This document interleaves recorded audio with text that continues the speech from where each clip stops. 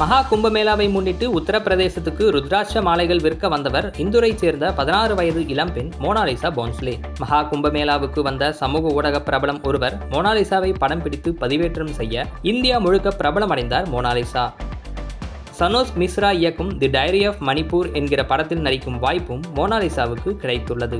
இது தவிர பிரபல நிறுவனங்களின் தொடக்க விழாக்களிலும் பொது நிகழ்ச்சிகளிலும் மோனாலிசா தொடர்ந்து பங்கேற்று வருகிறார். சமீபத்தில் அமேரா என்கிற வைர நகைகள் தயாரிக்கும் நிறுவனத்தின் விளம்பரத்திலும் மோனாலிசா நடித்திருந்தார். மேலும் சொகுசு கார் ஒன்றை மோனாலிசா வாங்கியுள்ளதாகவும் தகவல்கள் வெளியாகியுள்ளன.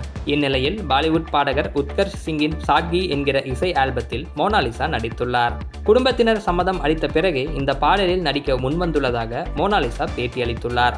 மோனாலிசாவின் நடிப்பு திறமைக்கோ நடன திறமைக்கோ பெரிதாக வேலை வைக்காத இப்பாடல் வெளியான முதல் 4 நாள்களில் 1 மில்லியன் பார்வைகளை எட்டி ரசிகர்களின் வரவேற்பை பெற்றுள்ளது.